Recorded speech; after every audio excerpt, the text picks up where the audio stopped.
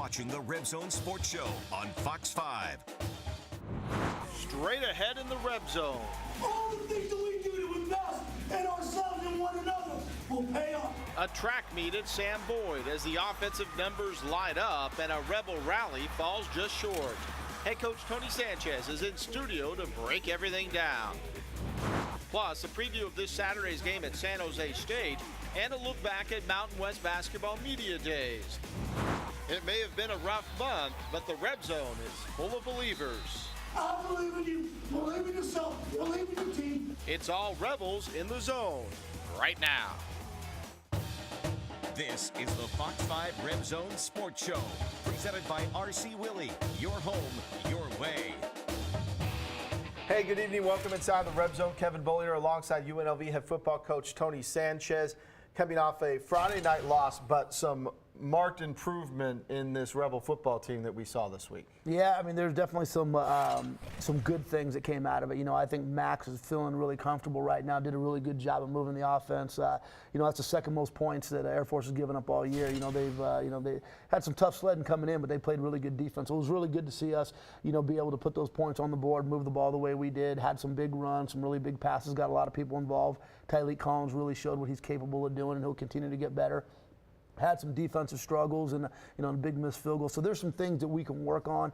But man, the guys came out, they played hard. You know, we got down and they battled right back into the game and gave ourselves a chance to win at the end. So proud of that, but we got some work to do. Let's start looking a little more closely at this one with the highlights, where it was clear from the very beginning that this was going to be a high-scoring game.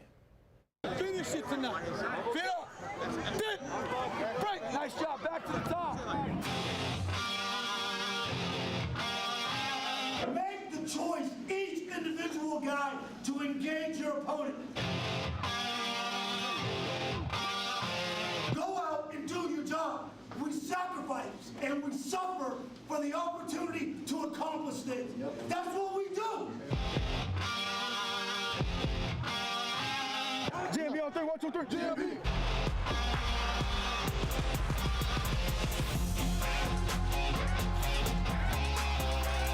A fantastic sight right out of the gate for the Rebels as Ty Jason Roberts, who's recovering from a spinal fracture, greeted the team and was out for the opening coin toss. UNLV won that toss and took the ball, but went 3 and out. Air Force took over at their own 26 and marched right down the field. The Rebel defense, though, would hold at the 15, and the Falcons settled for a 32-yard field goal and a 3-0 lead. The Rebels started at their own 8 and started to put something together. On third down, Max Gillum to Darren Woods Jr. for 22 yards and a first down at the 34. Xavier Campbell rattles off 10 more to move the ball towards midfield. On 3rd and 12 at the 28, Gillum to Tyleik Collins, who works his way across the field and turns up for a big 20-yard gain and a first at the Air Force 8. 2 plays later, Gillum to Woods for the touchdown. UNLV had the lead at 7-3 after a 92-yard drive in 12 plays. Air Force answered. Quarterback Isaiah Sanders to Ronald Cleveland. That's good for 28 yards. It was 3rd and 5 at the 8. Sanders keeps it himself, but is stuffed by a group of Rebels to force another field goal. UNLV held on to a 7-6 advantage. On the second play from scrimmage, watch Lexington Thomas, number 3, make the move and burst into the open field, and lightning strikes that fast. 74 yards for the touchdown. UNLV was up 14-6. The defense, though, could not stop Air Force. Caden Remsburg gets a bad pitch, but the over pursuit allows him to roll up 21 yards and a first at the UNLV 49. Later in the drive, 3rd and 3 at the 6. Sanders does it himself and gets into the end zone to narrow the gap to 14-13. Once again, the UNLV offense answered, putting together another long drive. 3rd and 9, the quick hitter to Brandon Presley, who collects 23 and moves the chains. Then Gillum to Woods again, this time from 13 yards out for the touchdown. The scoreboard operator was working hard. UNLV went back up 21-13 with 3:53 left in the half. Air Force had a 3rd and 2 at their own 33, but the defense plugs things up for the stop. Air Force coach Troy Calhoun makes a gutsy call and goes for it. Sanders lowers his shoulder and keeps the drive alive. A series of passes to wide open receivers move the ball inside the 5. Then Sanders gets another rushing score just before the half to swing the momentum once more, but UNLV did go into the locker room with a 21-20 lead. All right, before we get to the game, it was great to see Ty Jason Roberts out there. What can you tell us about his recovery? Obviously, he's come a long way since we saw him on that football Well, field. considering, you've got literally a broken neck in a game, and then he's up there and he's standing there, greeting his teammates, and he's in good spirits and, moving around. It's so good to see. So that was a really scary situation that he went through, we went through, and we sure miss him on the field too. So I'm just glad he's doing well. He was there with his mom, and, being around the team, that was a big deal. For the first time since Armani got injured, it looked like the offense got a little rhythm going in this game. Yeah, you come out of the bye week, a little flat, and it's the first game without him. We don't, find that out, and and we play a real good Utah State team. So it was good to see, Max just like, all right, distribute the ball, does a really good job with the short passing game and the intermediate passing game. Got a lot of receivers involved, and he looked comfortable. That touchdown he threw to Woodsy, you showed a minute ago, he took a heck of a shot there. So standing there showed a lot of courage. So really proud of him and the way he's played. On the flip side, there were a lot of problems with your DBs. After looking at the tape, where was the breakdown in this game? It's, the hardest things, defense came out, played pretty good first quarter, held them to 6 points. And then the biggest one was that drive at the end of the half. You got to get the stop on that. And, they did a really good job of protecting that quarterback. And we got to do a better job of playing in space. Our safeties were kind of exposed a little bit, in that situation. You see that one right there and then another one down the left sideline probably coming on up. So got to play the ball in flight. We've talked about that. Don't have a lot of picks this year. And we're going to have to continue to improve there. You mentioned that drive right before the half. You were up 21-13. You get a stop right there. Really a different ball game heading into the locker room. Changes everything. I mean, I think the two critical, situations of the game were not getting the stop before the half and then the missed field goal. Because then it changes everything at the end of the game. You got an option to kick it to go to overtime. So those are crucial things and things we got to continue to work on. Let's go to the second half right now, where there were a lot of swings in a game that came down to the very end.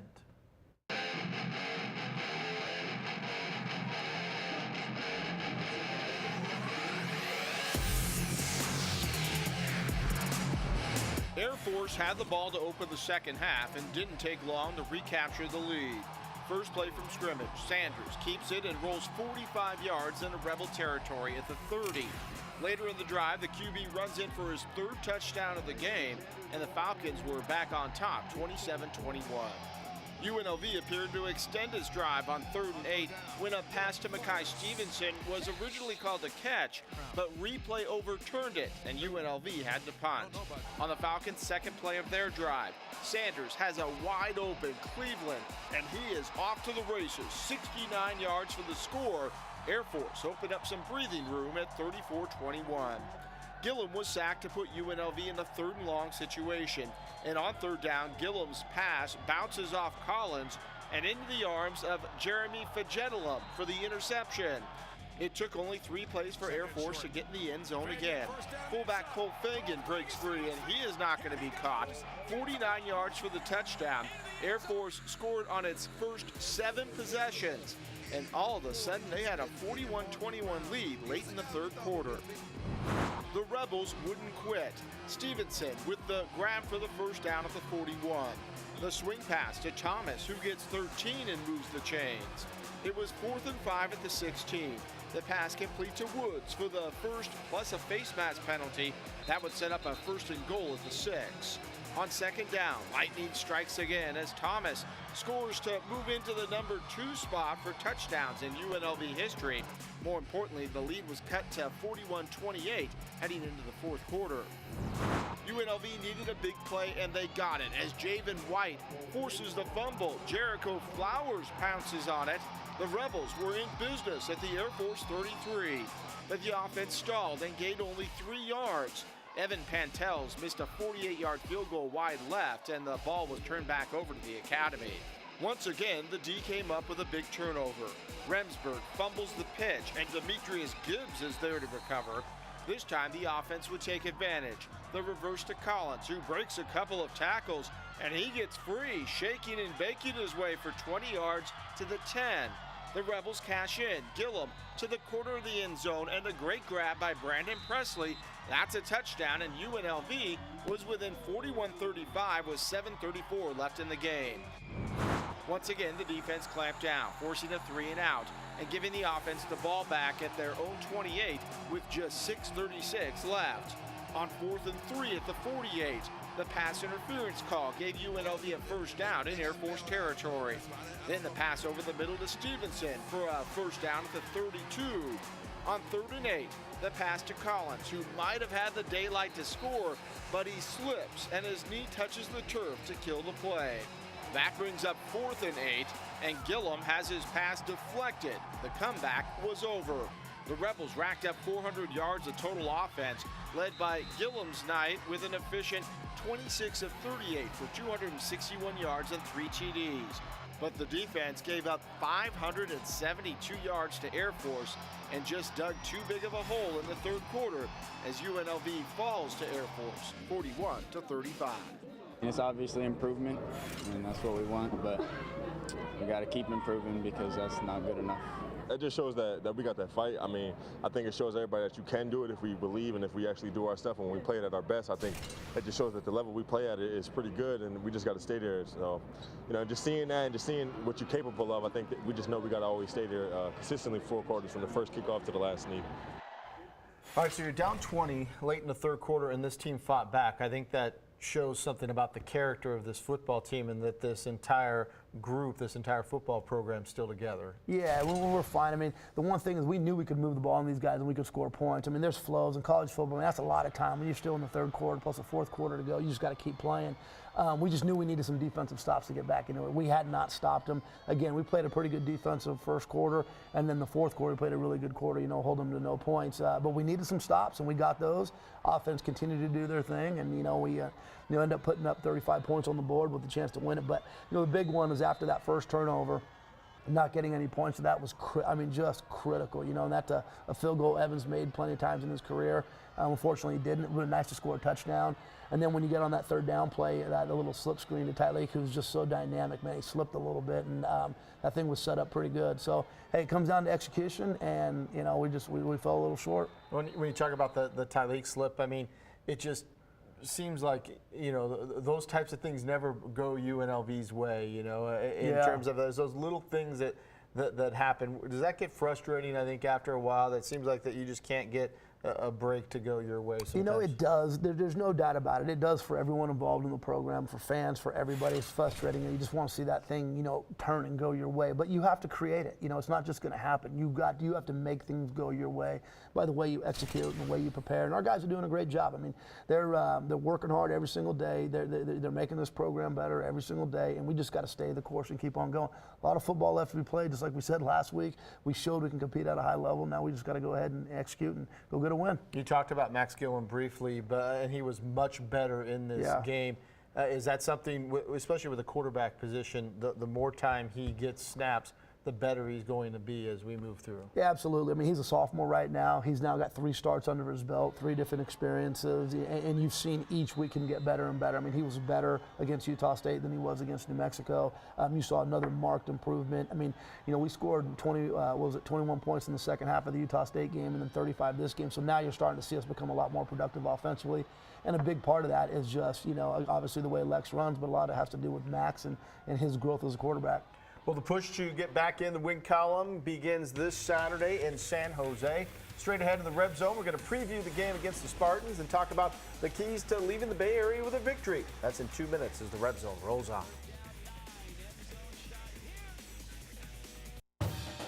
You're watching the Fox 5 RebZone Sports Show, presented by RC Willey. Your home, your way. This Saturday, the Rebels head to the Bay Area to take on San Jose State.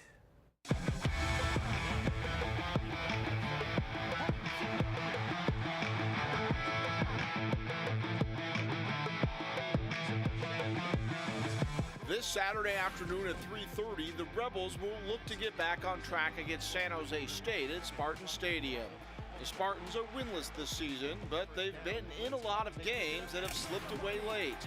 The San Jose State offense can be explosive, as evidenced by a 30-point third quarter against Colorado State a few weeks ago. But they've also been prone to some rough execution stretches, including 4 straight fumbles against Army, which was profiled by Scott Van Pelt on ESPN in his Bad Beat segment. The Spartans like to feature tight end Josh Oliver in the passing game. San Jose is last in the country in rushing and is only averaging a little over 21 points a game, so it's an opportunity for UNLV to get a few stops and simply try to outscore them in the second half. The Spartans, like the Rebels, have had some injuries at key positions, so who comes in healthy and able to play on Saturday will be huge in what they're capable of doing. This is year 2 under head coach Brent Brennan, and if you've seen the young players he's brought in, you'll see that they do have some athletes. But Brennan also knows that things aren't going to flip overnight, and we talked about that with him in comparison to UNLV trying to work its way towards sustainable success year in and year out. The hardest part for fans, admin, media, is that it doesn't happen fast enough, right? Then, if you're having a one-on-one conversation, a rational conversation, we all know that good things take time to build, right? Good, sustainable football programs take time to build, right? What Rocky and those guys have been doing at San Diego State, that started 10 years ago, 11 years ago, right? And now everyone's like, wow. And so I think, or the Boise thing, right? Like that started a long, long time ago. And so you got to start somewhere, right? And that's what Tony's been doing. This is a great opportunity to pick up the first road win of the year, but it will take a 4-quarter effort by the Rebels, who will try to get some mojo going before a tough November arrives. All right, so let's talk San Jose State. You look at it in the record and it says winless, but these guys do have some good athletes. They have a solid quarterback. They have the ability to score on people, and they took San Diego State to the brink last night. Yeah, we've watched that film a bunch, and they probably could have won. I mean, they had 2 field goals that they kicked after good drives and 1 turnover early on, and had that lead in that game. They've played some good football. They played Oregon tough, did a really good job there. Colorado State had the lead, and they're a team that's chomping at the bit, trying to find themselves, as Coach alluded to, as they build. So I know what it's like. We've been there. But this is a team that's going to be fired up at home. They're going to be hungry. It's been a long, long time, I think, since we've won at San Jose on the road. So this is a great opportunity for us too, though. I mean, I feel good about our group right now and what they're doing. I think that they need a win. They need something to feel good about, and this is a great opportunity to go do it. But we're going to have to work for it. Time for another short break for us. We're going to switch gears up next as we turn our attention to some college hoops, the Mountain West season. We talked to players and coaches from all the schools this week. So where do the Running Rebels stack up? Find out on the backside of the break. You're watching the Fox 5 RebZone Sports Show, presented by RC Willey. Your home, your way. The Mountain West Conference had its basketball media summit in Las Vegas earlier this week, and while UNR is getting most of the attention, the Running Rebels are hoping that they can continue to build and get back on top. The Cosmopolitan on the Strip was Mountain West Hoop Central on Tuesday as everyone gathered for the annual media day. As expected, UNR was the near unanimous pick to win the conference, and the preseason top 10 team is hoping to build on last year's huge tournament run. We got a big target on our back. There's been so much hype in what normally is kind of a quiet offseason in college basketball, and we've kind of had this wave that it's never stopped. It's gone from the Sweet 16 to the guys putting their name in the draft to them coming back to now the anticipation of what our team's going to be like. So it's been a hyped off season to say the least. The Wolfpack have 9 legit big-time players, so the biggest issue could be finding enough minutes to make everyone happy. As for UNLV, the Running Rebels were picked 6th in the media poll. With redshirt decisions still to come, Marvin Menzies has 6 freshmen and 4 sophomores on his roster, but also 7 returners that played minutes last season. Menzies is excited because his plan to build a strong program that will last years is starting to take shape. Now what I'm looking at is a young squad with a little bit of leadership as well that's been here. I feel like we moved the needle in that sense. I feel like the city, the community, campus community as well, would like to have not just success, but success the right way. and I think they also would like to see consistency. The UNLV players are ready to roll as well. Man, I'm pretty ecstatic, you know, just to come play basketball, you know, play the sport that I love, that actually gave me a future. And to be here in UNLV in my last year, I mean, it's just a blessing. I don't take no regrets, nothing from it. I just can't wait to get on the court. The Runnin' Rebels will play an exhibition game against Montana State Billings on Friday, November 2nd, before things get real on the 10th against Loyola Marymount. We're back with Coach Sanchez and the plays of the week. Straight ahead. You're watching the Fox 5 RebZone Sports Show, presented by RC Willey. Your home, your way. All right, our top-notch stat crew of Robbie Hunt has looked it up. It has been since 1993 since UNLV has won at San Jose State, so a chance to change a little history here. That's a long, long time. So, yeah, no, we're excited about it, and get back to work, get back to practice, and get out there and go fight for another W. All right, good luck, Coach. 3:30 kickoff on Saturday. We'll break it down for you next Sunday in the Red Zone. Thanks for joining us for this one. We leave you tonight with the UNLV Plays of the Week. Good night.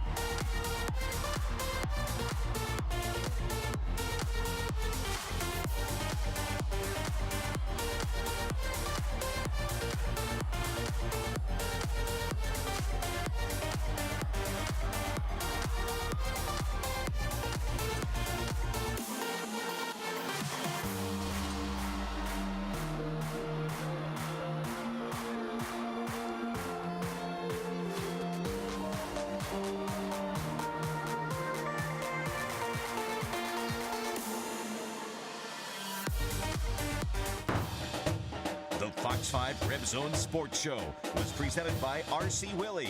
Your home, your way.